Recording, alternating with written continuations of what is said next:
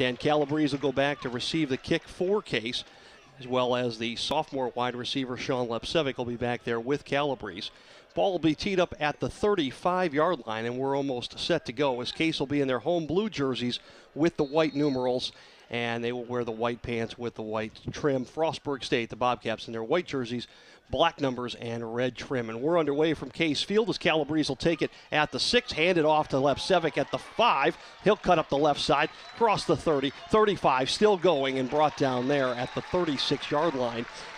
Coach Debelak coming out with his bag of tricks, opens up with a little reverse there on the kickoff return, and Spartans are out starting at the 40-yard line. I like it. Is that something they find on film, Dan? Or is that something that they just say, we're going to use it in a specific situation? It's always intended to be used in a specific situation, but Coach Debs does like to do that. He likes to start off games kind of with a bang and throwing in reverses and throwback passes and screens and things like that. Well, Case will come out at a 3-wide receiver set. Eric Olson, the senior quarterback, will be under center. Manny Secre is the tailback, and Secre will get the first carry on the afternoon, and he'll bring it out near the 45-yard line. Pre-snap there, the Frostburg linebackers looked like they weren't quite in position. A little bit caught off guard there. A nice pop up the middle for 8 yards. We'll set that Case offense for you. Sean Lepcevic, Brian Rice, and Brian Erb are the wide receivers. We mentioned Secre is the tailback, Olson under center. Offensive line, Hardick, White, Burkbile, Abbott, and Dolan across the front. For Case, they go 6'2", 253 on the front 5. Olson under center on second and short. This will be an offside counter to Secre looking for a hole. He'll cross the 45 to the 47. A late flag comes flying in, as I believe Secre has enough for the first down. You know, something I'm looking for today, Ed, is see if we can come out here and protect Eric Olson. Both sides of the ball, though, on defensive side, we've got 7 sacks in 2 games. Look to see if we can get some pressure on Frostburg. But on this side of the ball, if Eric comes out throwing, you like to see that he's going to have a little bit of protection up front. But then again, when you got second and short, running the ball is a nice thing to have in your pocket. Well, they get an incidental face mask called against Frostburg. They'll move it ahead 5 yards. It'll put it into Bobcat territory. 1st and 10 for Case. Just underway here, first quarter, 14-10 to play as Case is on their opening drive. Now shotgun formation for Eric Olson. He'll stand behind as Lepcevic comes in motion. It's a jet sweep to Lepcevic around the right side. Sidesteps a defender and gets blasted from the backside and brought down at the 45-yard line.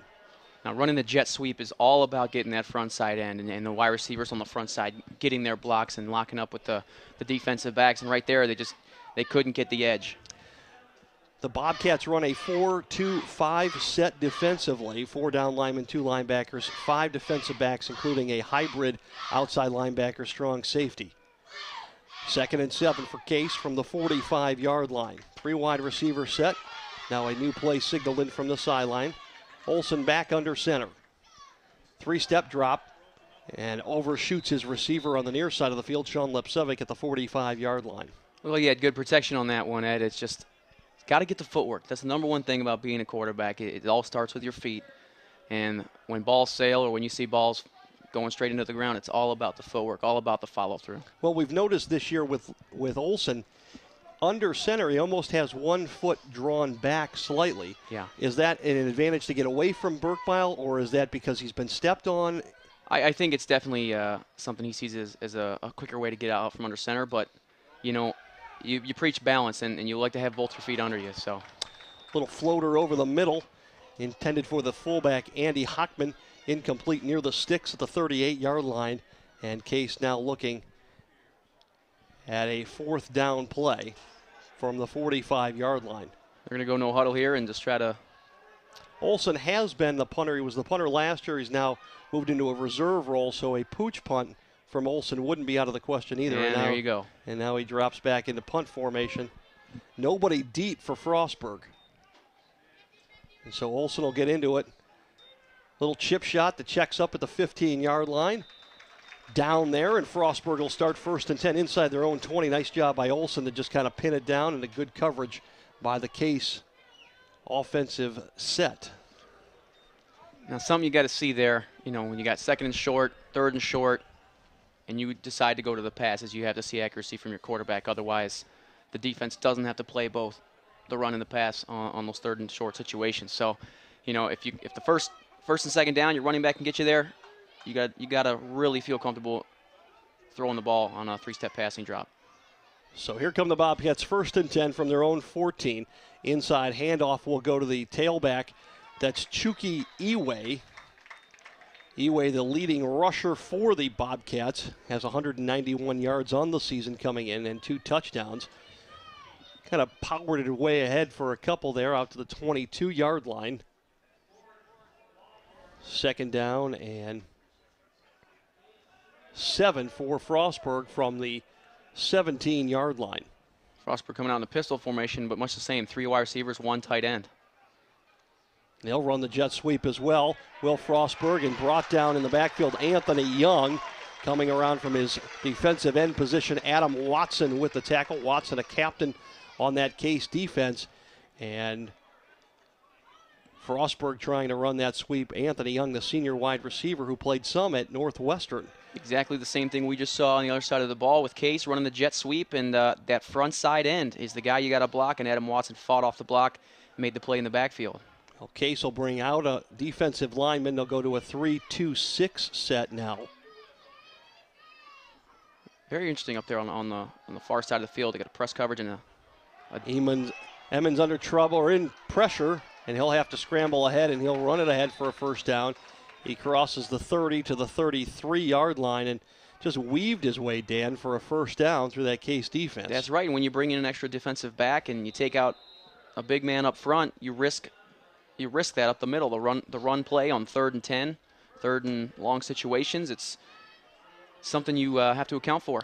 Emmons on the season had only rushed for 42 yards. He picked up almost half of that on the run there.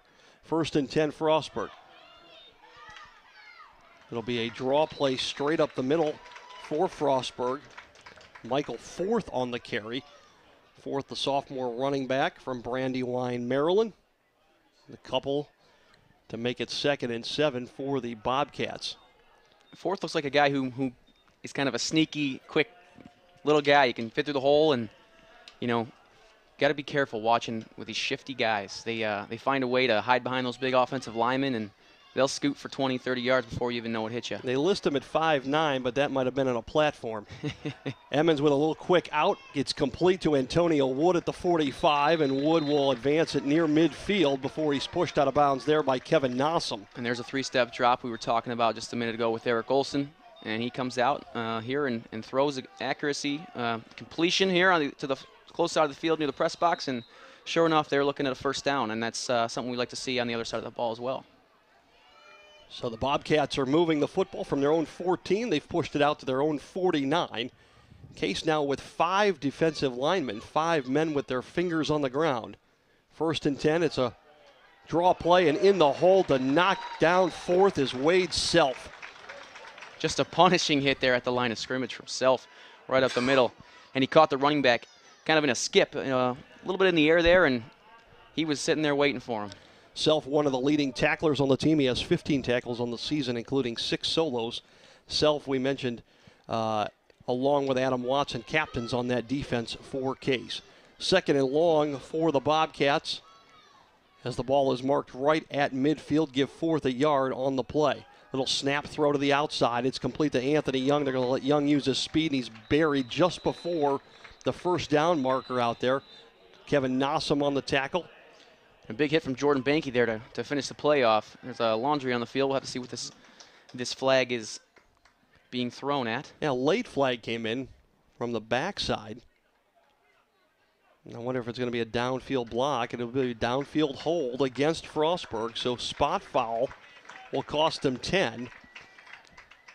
I was just about to compliment Frostburg on their blocking of their wide receivers too, so I'm glad I waited. But again, when you're throwing screens, you're throwing balls behind the line of scrimmage, parallel to the line of scrimmage, the blocking of the receivers is key on those defensive backs, because that's what will turn a 3-yard gain into a 50-yard gain. So it was a 8-yard pickup, but with the penalty actually pushes them back and makes it 2nd and 12.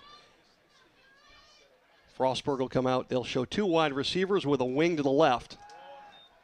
Emmons in the pocket, gets away from trouble. Now rolling to his left, he'll tuck it, run, cross midfield, and step out of bounds as Jordan Banky forces him out at the 46-yard line of Case Western.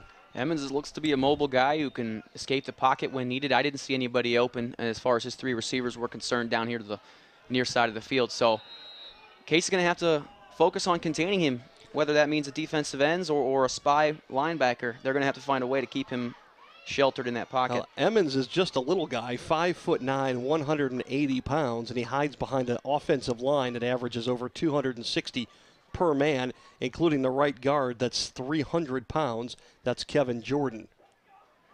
So 3rd and mid-range for the Bobcats in the pocket. Now a little dump out to Forth, who catches it, and will have enough for a first down as he crosses over the 40-yard line to the 38 on what looked to be just kind of a jump pass last resort for Emmons before he tucked it and ran. That's exactly it, a check down route to the running back there. And what you're seeing out of Emmons so far pretty much speaks to his statistics through the first 2 games. No turnovers through the air. Kind of looks like he manages the game well, just over 50%, and hitting your check down is one way to keep the chains moving. Yeah, controlled passing as well, 31 of 57 coming in for 547 yards. Wing to the left. This will be a draw play again to Forth, straight ahead. Forth to the 35 before he's brought down there. Case actually started that play with 8 men in the box on defense, and Frostburg still came ahead and ran the ball right up the middle. Got a good chunk of yards there on first down. Ryan Ferguson on the tackle for Case, as well as Wade Self. Now, Dan, Case runs that 4-2-5 set. Frostburg runs it as well. Is there an advantage to the offense or defense in terms of seeing that every day in practice? There are and there aren't. I mean, you come out here, especially with the defensive front that you think is built for the team you're playing that week, and you will see. You've already seen Case go to the 5-man front multiple times when Frostburg brings in a tight end or an extra running back. Blitz coming, screen pass dump to Forth. Forth crosses the 20 into the red zone. Calabrese trying to fight the football away and finally forces him out of bounds. Forth out of bounds at the 17-yard line. Case got caught in a blitz there, Dan. And that is a great open field tackle by Dan Calabrese there, because if he doesn't make that play, you're looking at 6 points from Frostburg. And we just talked about it a minute ago. Shiftiness in the backfield. Again, they spring him out on a short pass to the weak side, and he's off running to the race. Chuki Iwe checks in for Forth. Forth heads to the sideline. Frostburg will go to a 4-wide receiver set with a tight end on the left side of the formation, Corey Shank. Iwe is in a slot on the left. Anthony Young is in the slot on the right. Now Emmons will be forced to run as he's in trouble. Now we pull it back, dump it out into the flat. Incomplete, actually threw it into the back of his tight end, Corey Shank. Now, Ed, I'll be the first one to tell you that height is not an excuse as far as quarterbacking is concerned, being that I'm only 6 feet tall, so I don't buy that. But 5'9", look, that may be pushing it. It looked like it hurt him there because I saw a slant route there on the step that probably could have been hit, and Emmons just didn't let go of the ball, and hence here we are, 2nd and 10. He kind of zippered his way around in the backfield there until he finally decided to throw it downfield. 2nd and 10 for Frostburg from the 17-yard line of Case. 7:23 to play in the first quarter and counting. Double tight end. Emmons on the naked boot will toss it way out of bounds. It was intended for Anthony Young on a backside out pattern. Adam Watson was there to contain, just like we were talking about a second ago. On the bootleg, got to have that backside end ready for the quarterback to keep it off the edge. That's so hard to teach, too, especially aggressive defensive linemen to prevent themselves from crashing down on plays like that. It's very tough, but you have to look at it this way as a defensive end, is what are your chances of actually chasing that guy down should he hand off the ball? And they're not very high to begin with, so better safe than sorry, and you could end up making a big play if you just wait for that quarterback to peel off. 3rd and long, Emmons looking in the pocket, throws the slant. It's complete at the 2-yard line, complete to Anthony Young.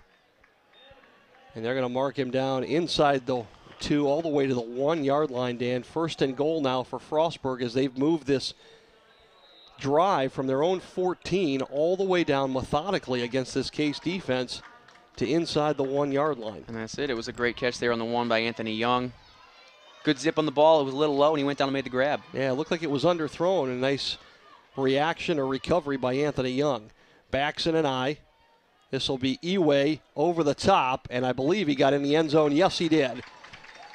And the Frostburg State Bobcats have struck first here on opening day at Case Field and now lead the Case Spartans 6-0, penning the extra point, 6:49 to play in the first quarter. And I'm not sure how many plays that drive ended up being, but it seemed somewhere in the range of 12 to 15 plays, and it was methodical. And you saw the Frostburg line, who was, like you said, averaging 260, 270 across the board, just kind of take care of business that entire drive.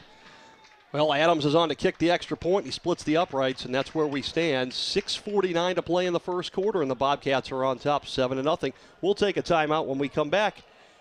Case will have their second possession of the afternoon. You're listening to Case Western Reserve University football on the Spartan Broadcasting Network.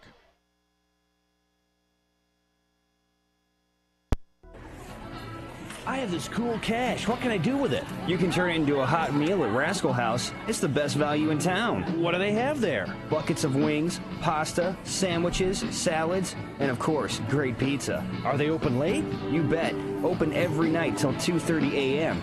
And you can even build your own pizza and order it online at rascalhousepizza.com. Cool. See you at the Spartans game? Yep, and see you after at Rascal House.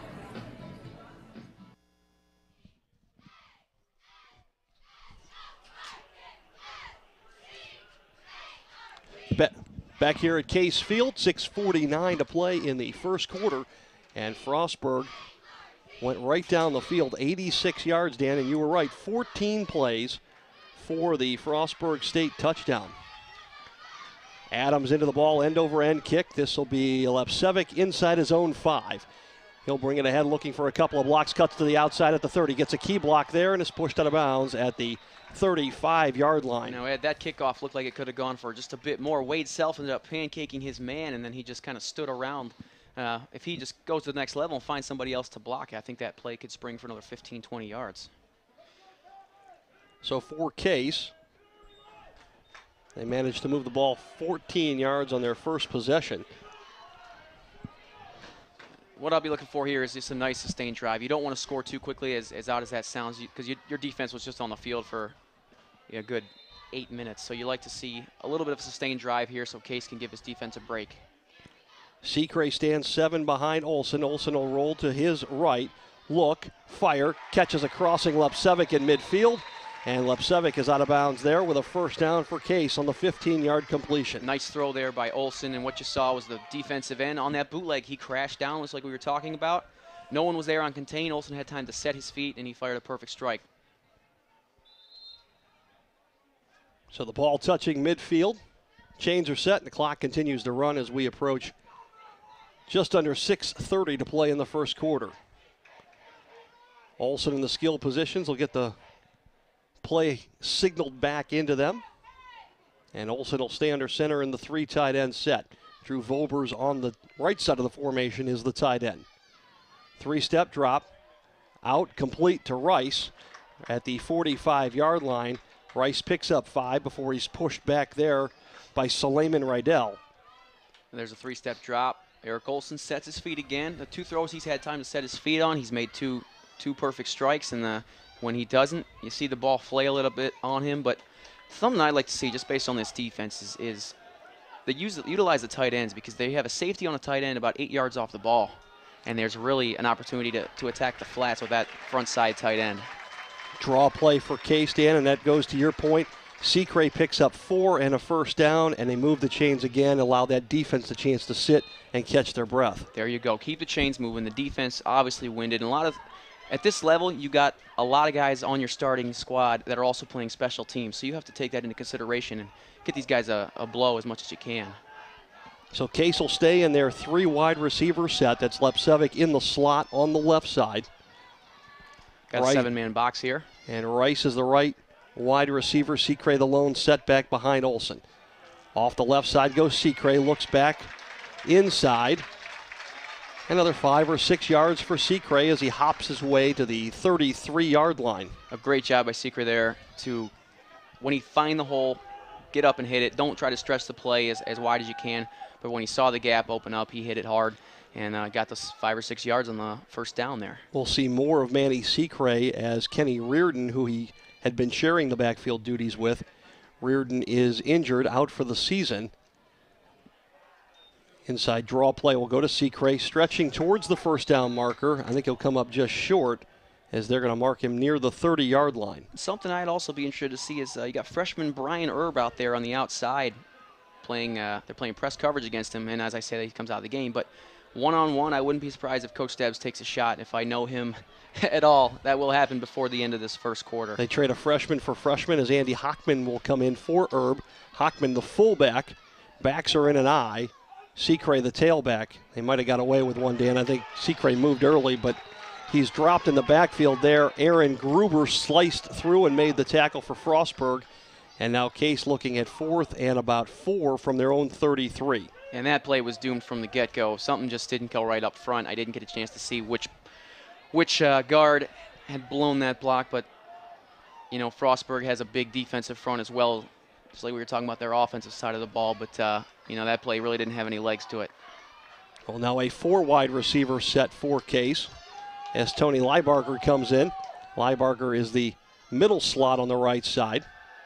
Olsen under pressure, throws over the middle, and will have it complete. That's Leibarger with his first catch of the season at the 22-yard line, and a first down on a 4th down conversion for the Spartans, who are now 2 for 3 on 4th down conversions this season. And it's a good job by Eric Olsen there to sit there in the pocket, have patience, have faith that someone's going to break open, because on his first initial steps, nobody was, and he waited just a half second longer and got the ball across the hash there for a first down. Case goes unbalanced to the right there, Dan, as Dolan moves over, and they run behind that unbalanced line and pick up 5 yards. That's something we've seen over the last 5 or 6 years from Coach Debs, is he'll pull that offside tackle and double him up on the power side or the strong side of the formation. He will do that. He's a really big believer that gives you a strong advantage. You know, getting your best players on the same side of the ball and just kind of saying, you know what, I don't care if you know what's coming, we're going to line up and we're going to beat you. And you saw it there, 5 yards on first down is exactly what you're looking for. And he's right back at it again as Hartig and Dolan are on the same side of the formation, the right side. Olsen to pass out of that formation, looking, ball slips out of his hand, it's loose on the turf, fighting for the football, and now they're going to rule it an incomplete pass. Ed, I'm not so sure they made the right call there. I'm sure Coach Debs is glad to see it, as well the Spartan coach is up here in the box. But you know what?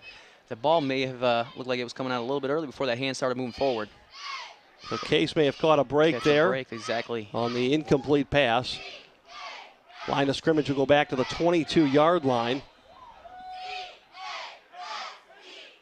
Now they want to discuss it as an incomplete pass, but Case picked up 5 yards on first down out of that formation.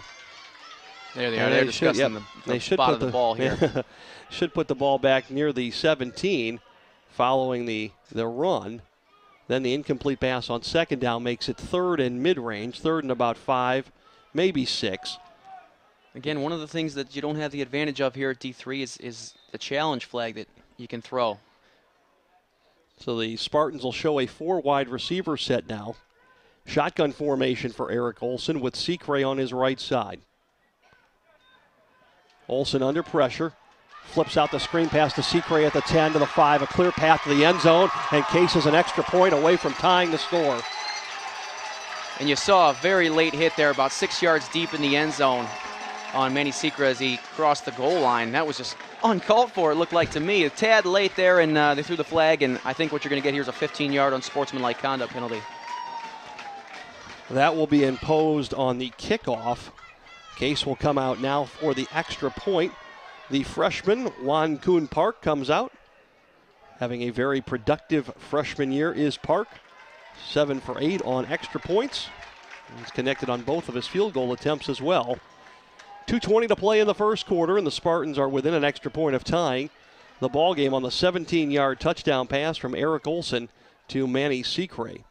And a good solid drive, eat up about 4 minutes of clock, gave your defense a chance to regain their composure, come back after a little bit of water, a talk from their coach, and get back on the field with a full bout. So that looks more and more like that fumble that could have been turned out to be a huge break for the Spartans and not so much for Frostburg. Yeah, Park gets the extra point up and through. Give Tap Tasker a assist on that, holding the football, low snap. He managed to get it up, and Park punched it through.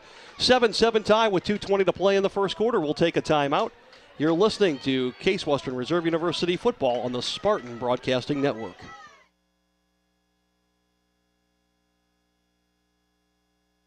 Cleveland Marriott downtown at Key Center offers the versatility and reliability to meet your unique travel and meeting needs.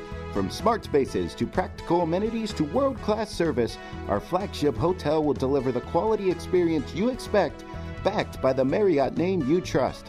At Cleveland Marriott, we have one goal: to serve you better. Book your special Case Western Reserve rate by visiting us at clevelandmarriottdowntown.com and entering promotional code C0N.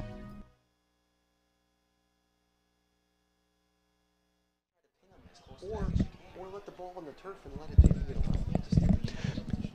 Back here at Case Field at Dougherty alongside Dan Whalen as the Case Spartans have tied the score at 7 apiece on the 17-yard touchdown pass. Juan Kuhn Park now on to kick off for Case. Ball is spotted at the 50-yard line following the personal foul penalty against Frostburg. And Park will get into it, end over end kick.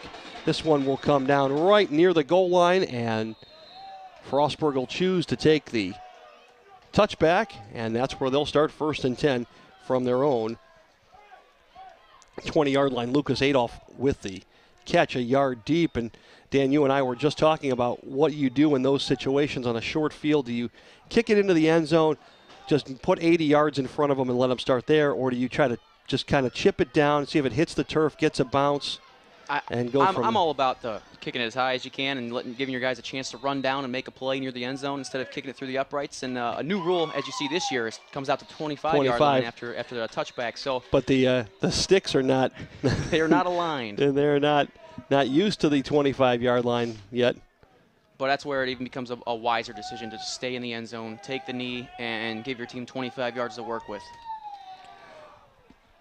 So 1st and 10 for Frostburg from the 25-yard line. Inside handoff goes to Forth, finds some running room. Forth will break it across the 30 to the 35-yard line, uses the umpire as a screen, and picks up 11 on 1st down. And if you're Frostburg State and you see Case Western come out with a 6-man box, 4 down linemen, 2 linebackers, and you have a tight end, then you can block 6 on 6, and you're going to do it every time, and you're going to keep running the football. And that's exactly what we're seeing right now is if it's not broken, don't fix it. And until Case stacks another man in the box, if I'm Frostburg State, I'm still continuing to run the ball. 2 tight ends set now for Frostburg as they go with a 7-man front. Counter play to the left. That's Forth across the 40. Forth will be to the 41-yard line. A pickup of 5 on 1st down. Kevin Nossum there for the tackle, as is Brandon Flick. Again, another 5-6 yards, and it just seems like they're taking it in chunks. And we talked about that offensive line of Frostburg State averaging 260 pounds across the board, and they are using every bit of it right now to just manhandle our defensive line. And they're pulling the 2 guards who are the 2 bigger players on that line. Arrington and Gordon are 280 and 300 pounds. Inset wing on the right. Emmons in the pocket now looking. Fires over the middle and fired a bullet in and out of the hands of Corey Schenk, is tied in at the 45-yard line. Frostburg doesn't look like that team that wants to throw the ball deep. They pretty much stick to what they're good at, and that's running the football and the short, quick hitters. And you're seeing, Case is in position there, and they're not letting anything behind them. So Frostburg is really not that team that's going to break a big play on you unless it's from the backfield. 3rd and 4 for the Bobcats from their own 41. 1:15 to play in the first quarter. Scores tied 7 apiece. Draw play this one to Forth. Forth will get near the 45-yard line. Case player lost his helmet. I believe that's Michael Harris. It is Harris. Harris will have to come out for a play because his helmet came off. All these new rules taking effect, and we're seeing them on successive plays here. We saw the kickoff out to the 25-yard line. A guy's helmet pops off. Now, I'm not sure what the ruling is now, but I was under the impression that if you helmet comes off and you are still trying to participate in the play, is that a time when they can throw a penalty? Yeah, flag? My understanding was that if you attempt to participate without your helmet, and it is a personal foul, and if you're the ball carrier without your helmet, the whistle's blown immediately. Immediately. Yes. And if you try to advance it without your helmet, you also could be whistled for a 15-yard personal foul. 4th and 2 here, and Frostburg's electing to punt. In their own territory. Case bringing the pressure, and they got a piece of it. They got a piece of it, not much, but enough to run off the running into the kicker. It's hard to imagine that Wade Self missed the ball entirely, but Zach Tuckmantle was the punter, and he took a big hit as Case brought the rush. And he is lucky to escape uninjured there because, well, actually he's doing a slight limp there on the sideline, but Wade Self put a pretty big lick on him there as he was punting that football. And just as we caught a break last time, we caught a break there, but getting our hands on the ball. And that would have been a 15-yard penalty. That would have put Frostburg well in position to get some points on the board. Yeah, I don't know how Self didn't get more of the ball than he did. The ball came out pretty solid and actually was out of bounds inside the 20-yard line, where Case will start 1st and 10 as they finish up the first quarter. Seacray off the right side looking for a seam. Upended near the 20-yard line and falls ahead to the 22. And this backside safety here on Frostburg State is very aggressive towards the run. He's looking to help make a tackle in the backfield, and I think that's something Case down the road here in the second quarter can probably exploit on a tight end seam or something across the middle, picking on that backside safety, because his aggressiveness could end up hurting him in the passing game. Well, Case will elect to let the clock run down here in the first quarter as we have finished up 15 minutes of play from Case Field. We'll take a timeout. Case 7, Frostburg State 7. You're listening to Case Western Reserve University football on the Spartan Broadcasting Network. Have you heard the news? The Intercontinental Cleveland has earned its 9th consecutive 4-Diamond Award from AAA in recognition of its high-quality accommodations and exceptional service standards. Planning an important event like a corporate meeting, annual conference, fundraising gala, holiday party, or a highly personalized wedding? Choose excellence in Intercontinental Cleveland. Our planning professionals will take time to consider every detail and lead you through an experience that is proudly world-class. Call us today at 216-707-4100 for more details or to request a tour of our spectacular accommodations.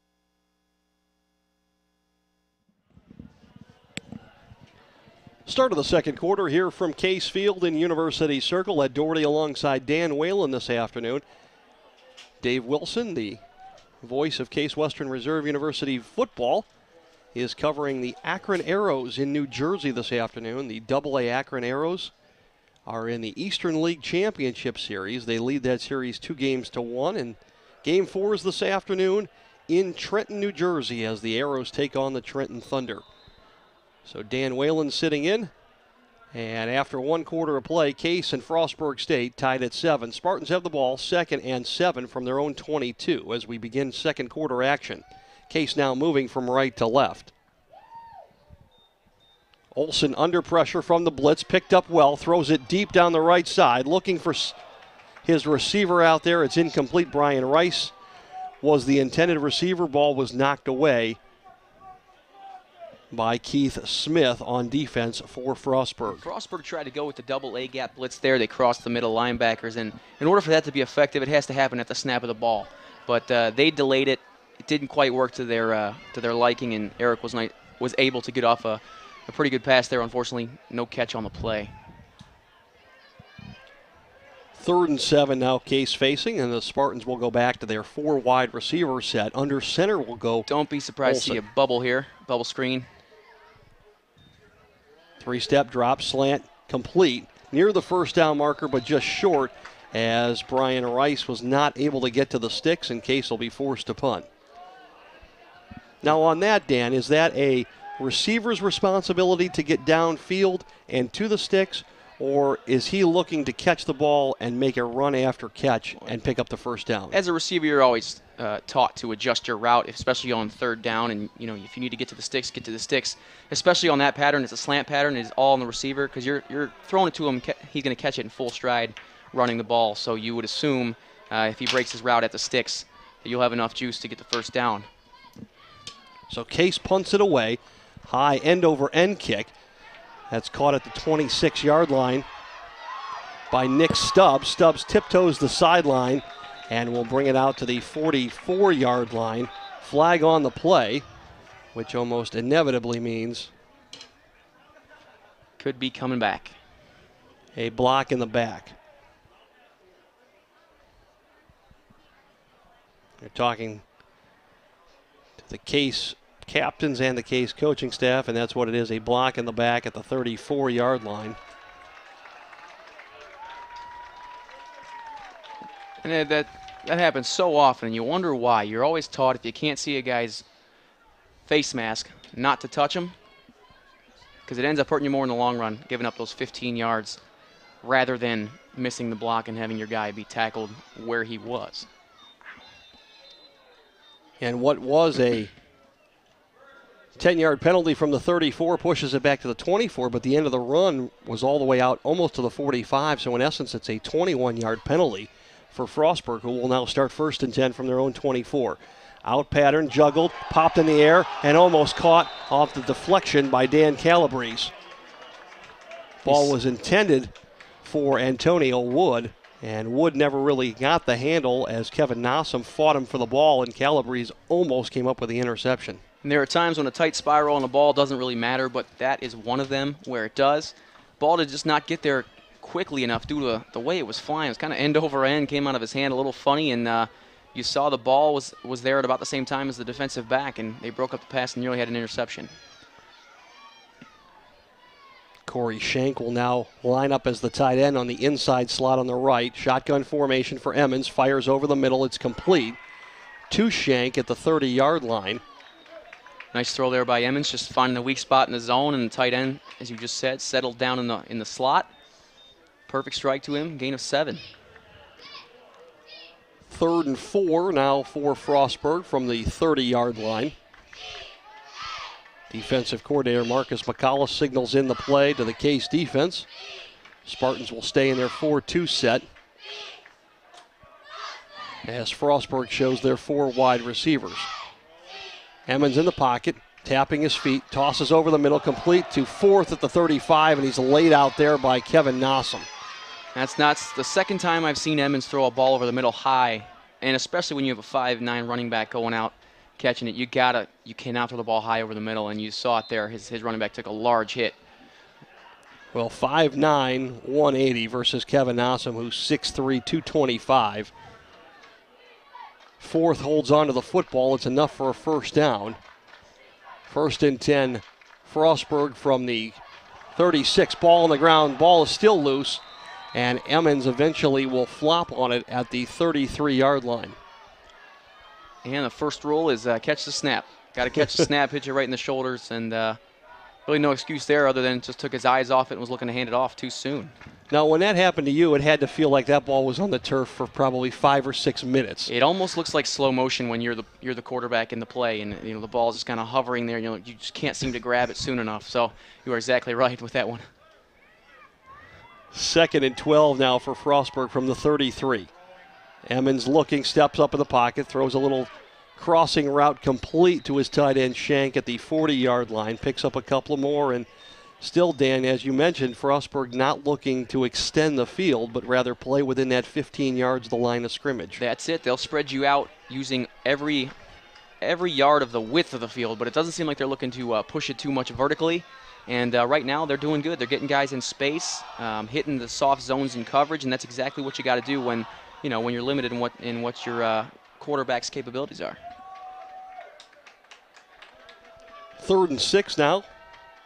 Fake the jet sweep does Emmons. Little screen pass tossed to 4th. 4th hurdles a defender, and he'll pick up the 1st down as he gets near midfield before he's brought down there by Colin Dessens and Brandon Bryant. And with that, you see a lot of Frostburg's plays are not designed to score touchdowns. They're just designed to get you 6 or 7 yards, get you up to the line of scrimmage, and do it all over again and just keep those chains moving. In this defense, you see them all. Look at everybody in the box. Their hands on the hips. They're sucking wind. They're a little bit tired right now, Ed. That one almost looked like Emmons had the nose of the football and just kind of pushed it forward. So a double wing formation out of the pistol. This one goes to 4th. 4th will bang ahead. He'll pick up a couple.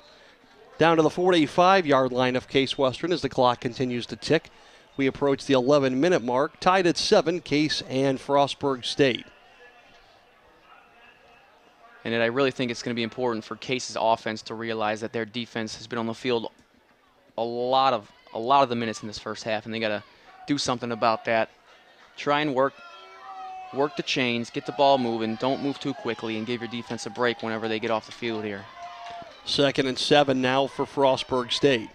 4th again on the draw play. Fights through the 1st level, 2nd level, and gets to the 1st down as the Case secondary is forced to come up and make the stop. And you're not seeing a lot of push from the defensive line here. the offensive line of Frostburg State is taking care of their business up front, and what you're seeing is chains keep moving, running backs getting 6, 7, 8 yards a carry. Now, even though this offense, Dan, is a kind of a spread offense, shotgun pistol formation, it almost takes on that mentality of what you see from Carnegie Mellon in that wing T, where they will just chip and chip and chip at you until you give up. Emmons in the pocket, under pressure, has to step up now, rolls to his right, underthrown and picked off, and then dropped. This is going to be interesting in the way the referees call this one, because what I saw was just a clean drop there. I don't know if the interception... They're going to call it an interception by, I believe that was Michael Fioramonte comes up with the interception. Then it was a fumble on the return recovered by Frostburg State. So it'll be 1st and 10 for Frostburg from the 37-yard line. And we saw Frostburg for the first time all day try to take a shot. All 3 receivers were running verticals and didn't have the protection, and the quarterback just couldn't get it out there far enough, and here we are again. Boy, I don't know if Fioramonte ever had control of the football, Dan. He kind of bobbled it as he was bringing it in and had it stripped away. Power I formation and buried at the line of scrimmage is Chuki Iwe. I wasn't too sure he had made what they deem a football move after the interception either. And you know what? All it does is give Frostburg an extra down there. So, yeah, Frostburg basically moved the ball ahead about 7 yards on the interception and then fumble. So teams trade turnovers during the same play.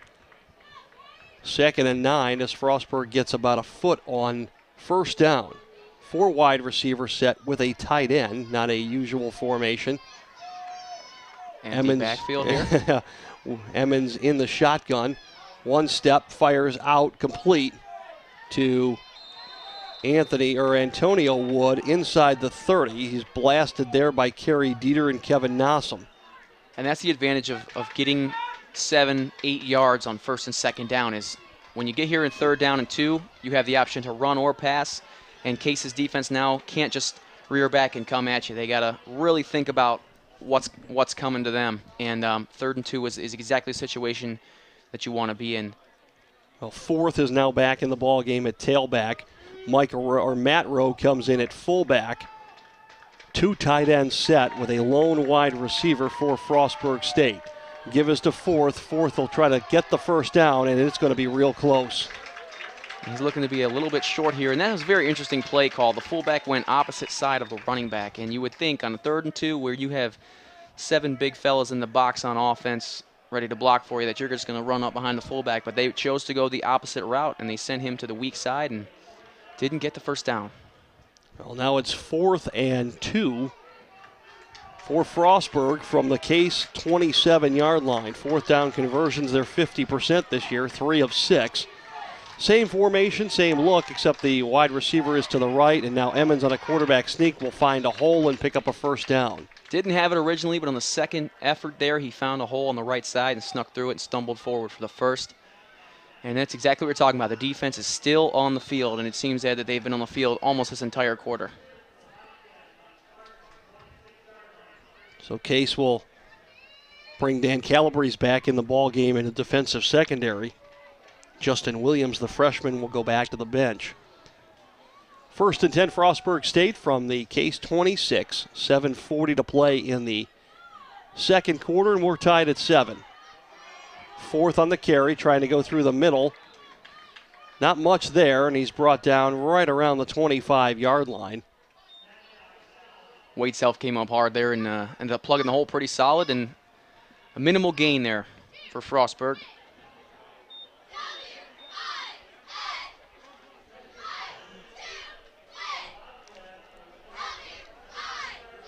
Case has now brought in 2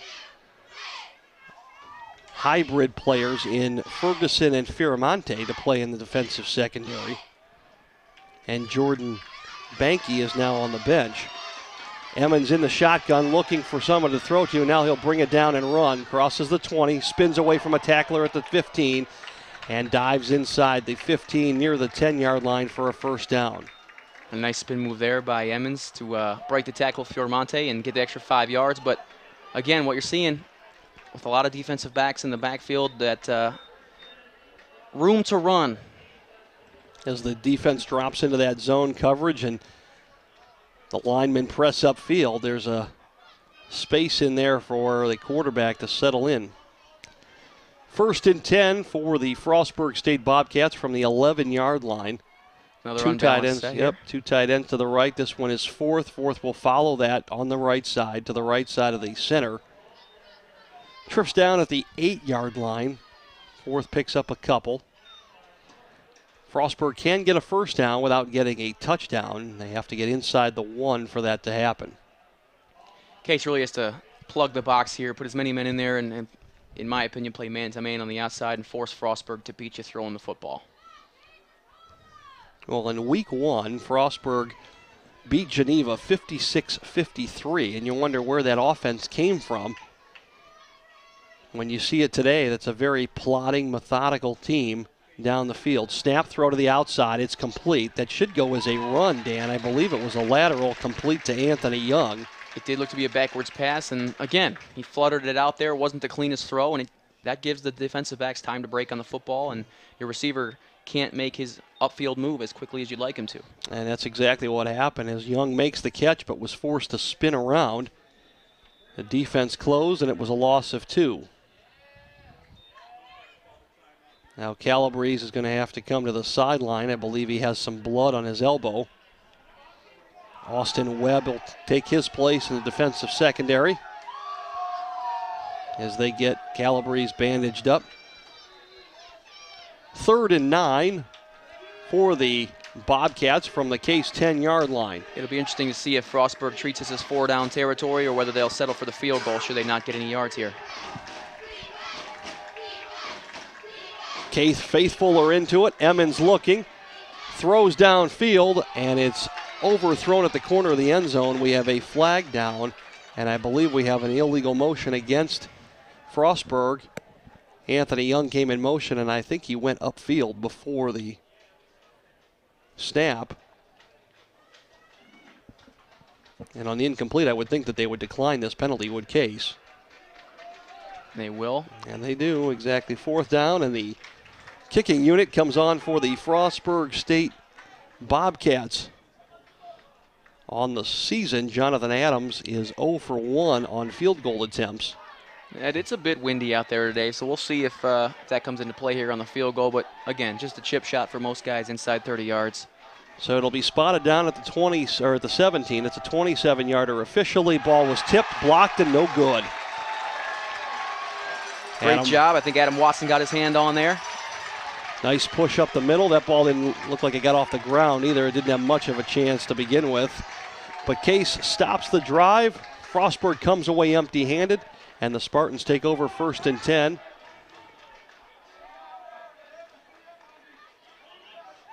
At the 20-yard line.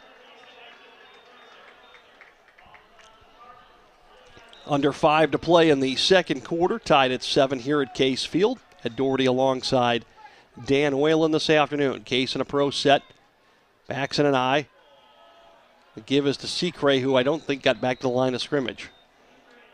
It just looks slow to develop there. Nothing really happened. Everybody was kind of moving in slow motion. I'm not sure exactly why, but no gain there for the Blue, and we're going to be 2nd and 10. So Case will shift from that pro set. Out of the ball game comes Andy Hockman, the fullback. Brian Erb now in at wide receiver. He'll split out to the right side. In the slot on the right is Sean Lepsevic. And Brian Rice is the wide receiver on the left side. Secray the lone setback as Olson goes under center. Olson looking, fires over the middle, high and incomplete as Rice got a hand on it but couldn't bring it in. Now Olson had a little bit of pressure there from his right side, but nothing he couldn't just step slightly inside to avoid, and if he did that, I believe he probably could have reset his feet and had time to throw a nice ball to the post there. But again, with the footwork, a little bit off balance, a little bit pressured. Just got to get that ball down and make it a reasonable play for your wide receiver. Now 3rd and 10 for Case. And the Spartans will show a 4 wide receiver set, this time with 3 wide receivers on the right. Olson in the shotgun. Will drop into the pocket, looking, fires over the middle. He's got Lepsevic. The ball is tipped, I believe, and knocked away. Still, like Lepsevic had a decent chance to make that play. I just don't think he was expecting the defender to be in his eyesight there, but a good throw. Interesting play call there. I hadn't seen that from Coach Debs before, where you fake the draw, fake the pass, fake the draw, then throw the ball. But I like it. It puts a little pressure on the defense to commit one way or the other. Unfortunately, could not get it. And as I mentioned before, defense has already be back on the field after three and out. Yep. Less than 30 seconds of playing time. So Alex Ojeda on the punt for Case Western. As Case does not get a yard in that 3 and out. Ojeda hangs one up there. Caught at the 36-yard line. Nick Stubbs on the return for Frostburg will bring it all the way back to Case territory. 15-yard return for Stubbs, and Frostburg will start 1st and 10 from the Case 48-yard line.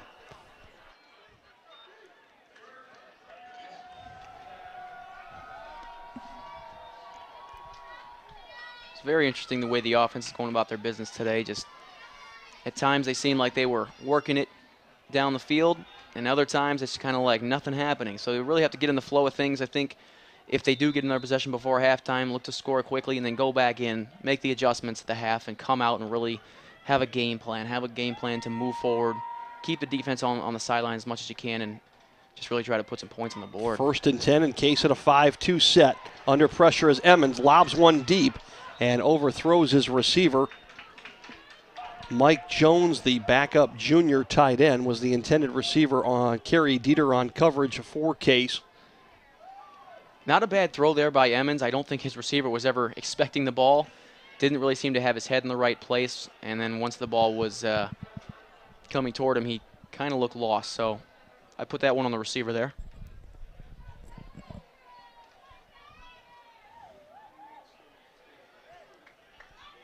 Justin Williams will come to the sideline. Case back into a 4-man set. 2nd and 10 for Frostburg from the 47-yard line. Emmons in the pocket, little screen pass, this one to Eway. Eway will catch and move it ahead to the 40-yard line, but we have a flag down in the backfield. And it'll be an illegal formation against Frostburg. They had only 6 men on the line of scrimmage.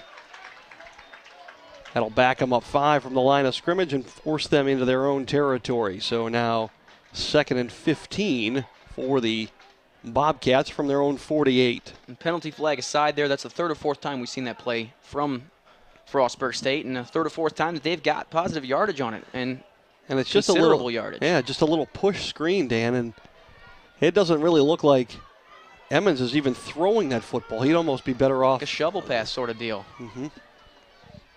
But again, Case here with a 6-man box, and Frostburg seven blockers, so they're going to throw it. Offset eye. Emmons will fire on the slant pattern intended for Anthony Young and incomplete at the 37-yard line right near the sticks.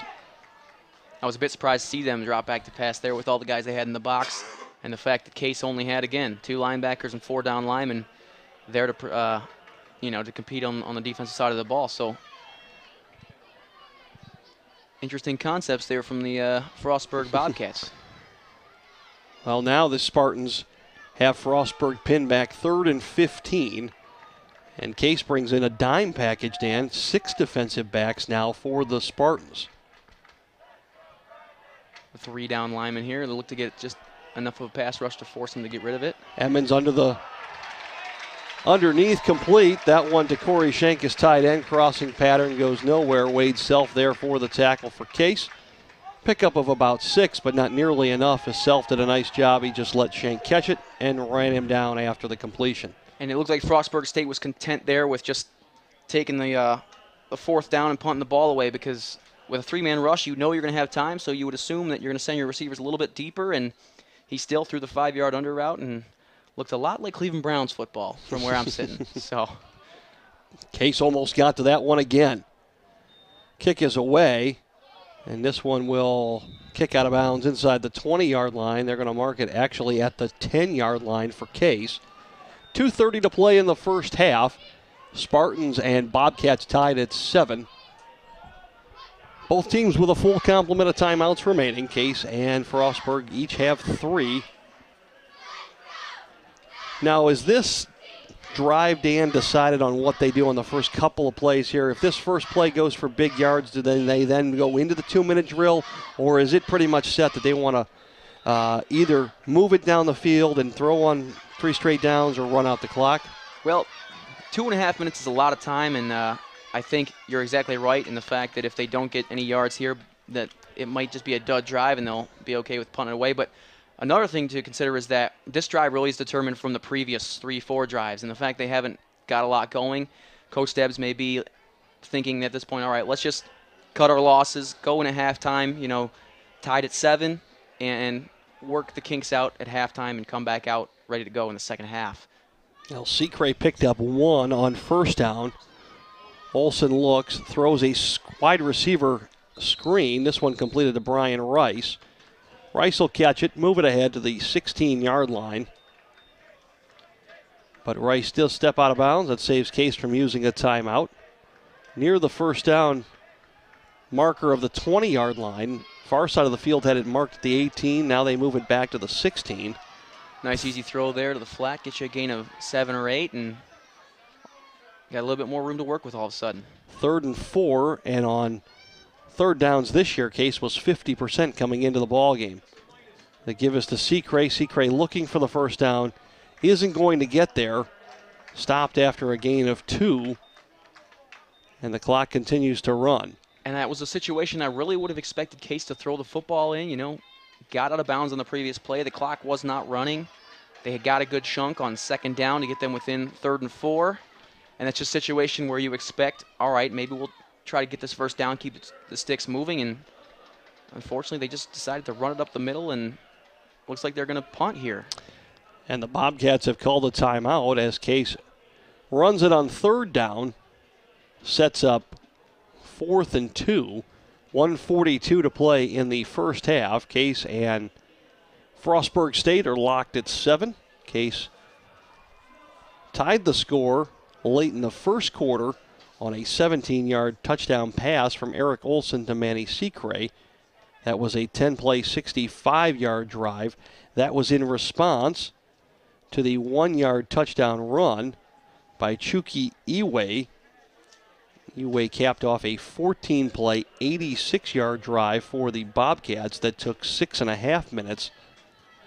And that's where we stand as the teams have volleyed it back and forth here in the second quarter.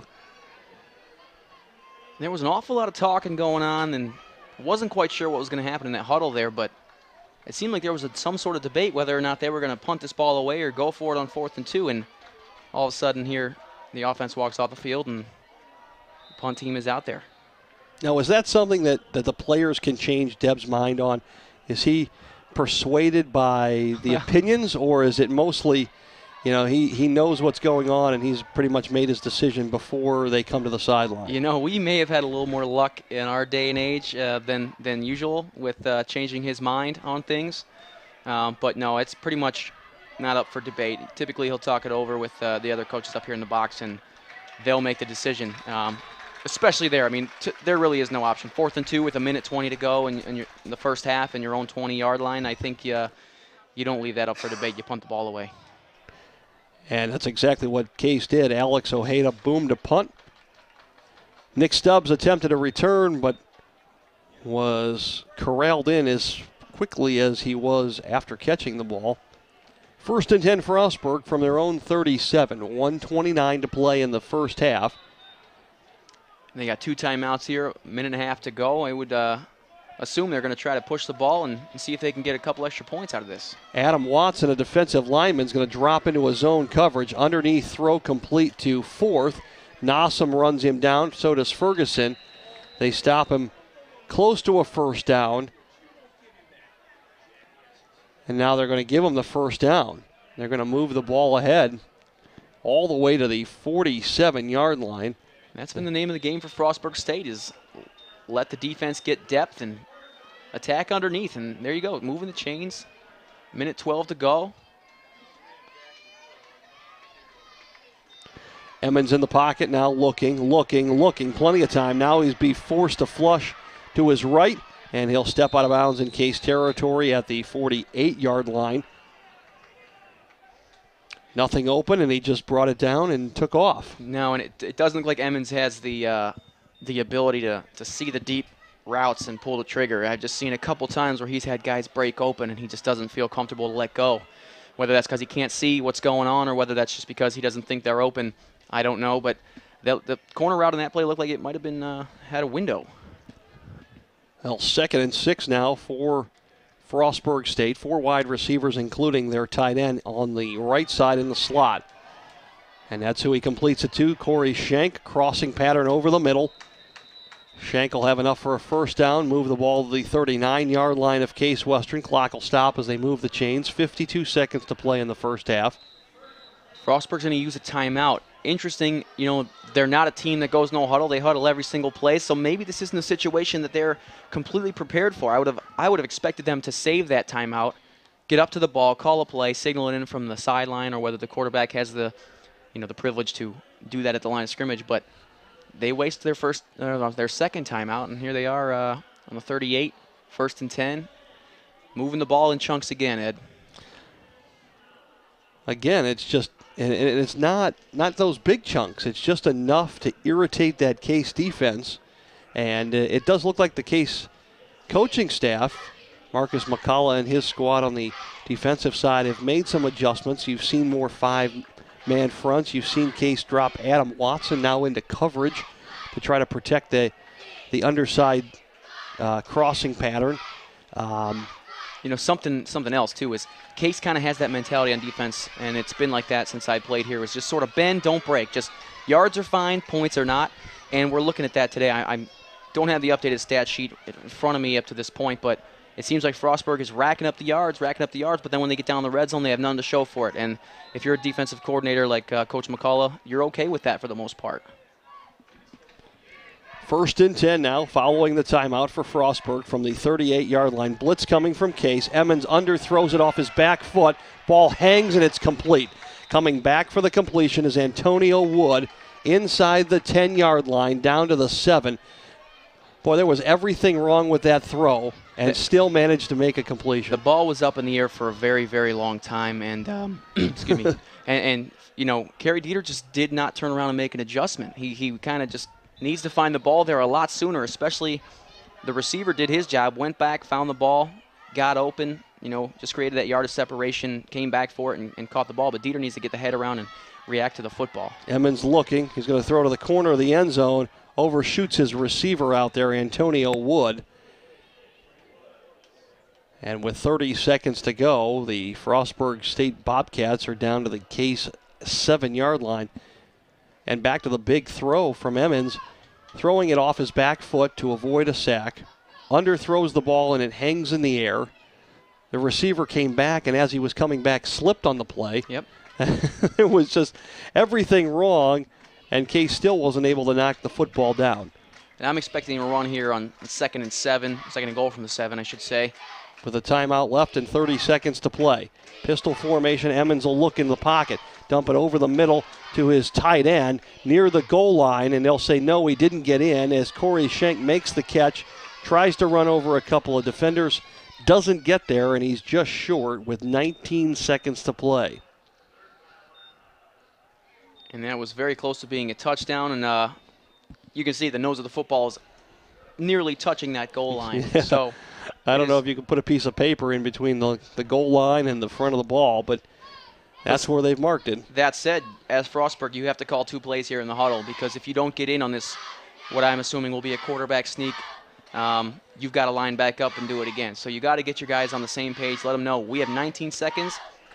If we do not get in on the first try, we got to go for it again, and that's kind of where they are, which is why I was surprised they used that timeout earlier when they could have gotten the line of scrimmage, whether it was run a play, see what the defense gives you and audible off of that, but 1 inch should not be too hard to get here, especially if you have 2 tries, Ed. Well, it is 3rd down, so they can't even hustle to the line and spike the football. They will need to have 2 plays if Case does stop them on 3rd and goal from inside the 1. So you're looking for something up the middle, and Frostburg comes out in a 5 wide receiver set. In the shotgun, nonetheless. It's baffling me right now, Ed. Emmons looking, fires over on a little out pattern. It's incomplete. Little push pass to Anthony Young. Incomplete. Young was in the slot on the left. He went to the goal line, 3 steps, turned around, and the ball missed. And now Frostburg will come on to attempt a field goal with 16 seconds to play in the half. Well, Ed, this is one of those times where I would have been in Coach Debs' ear had we been in this situation and been like, listen, it's 1 inch. If we don't get it, we don't deserve the points. So a little bit baffling to me that Frostburg comes out and throws the ball on 3rd and 1 inch and then elects to kick the field goal when literally all they needed was to nudge it forward and get in the end zone. So that coaching decision, again, results in 3 points, which may come to make a difference later in the game. But right now I'm just not understanding what went into making that decision, Ed. Now, Adams makes his first field goal of the season, which is actually shorter than an extra point. So officially it was a 18-yard field goal with 12 seconds remaining in the first half. And with that, Frostburg now up 10-7 on the Case Spartans. We'll take a 30-second timeout. When we come back, we'll have the final 12 seconds of the first half. Case trailing 10-7 to Frostburg State. You're listening to Case Western Reserve University football on the Spartan Broadcasting Network. In search of an extraordinary dining experience where you're certain to enjoy the ambiance as well as the menu? Table 45 Restaurant and Bar is the award-winning mixed culture restaurant located at the Intercontinental Cleveland, offering world cuisine created by accomplished local chef Zach Brule. Open every day, the atmosphere at Table 45 is relaxed yet inspiring with weekday chill-out happy hours, a behind-the-scenes chef's table, and outdoor dining on Patio 45. Call for more details or reservations at 216-707-4045 or visit us at tbl45.com or on Facebook. Back here at Case Field for the final 12 seconds of the first half. Squib kick from Frostburg State is fielded by Sean Lepsevic at the 25. He finds a seam to the 30, 35, breaks away from a tackler near the 40-yard line. Is Lepsevic with 5 seconds remaining in the half. Take a shot downfield, Dan? Throw it up, or do you take a knee and head to the locker room down by 3? I think you absolutely give it a shot. I mean, it's 60 yards, 61 yards, which you got a wind behind you, so. Yeah, I'm not sure Olson's going to get it to the end zone, but nonetheless, I mean, it won't hurt you. The odds of them bringing one back, should they intercept it, are slim to none. But yeah, I think you go ahead here and try to wing it. So Case will show 5 wide receivers in the formation. Olson will have the wind behind him. Any penalty on Frostburg, and Case will get another shot at it. And I do like Frostburg having the 4 down linemen. I think that still tells you that they don't want Olson to stand back there and have all day to throw it. So Case under pressure. Olson will throw it deep downfield. This one will come up and be incomplete. Ball was underthrown and intended for Vinny Bell. And that's where the teams will head to the locker room following the incomplete pass. After the first 30 minutes of play, the Frostburg State Bobcats lead the Case Spartans 10-7. We'll have some first half stats for you after this timeout, and then we'll take a break and come back later in the halftime show. Dan and I will look back at the first half and get everybody set for second half kickoff. You're listening to Case Western Reserve University football on the Spartans Broadcasting Network.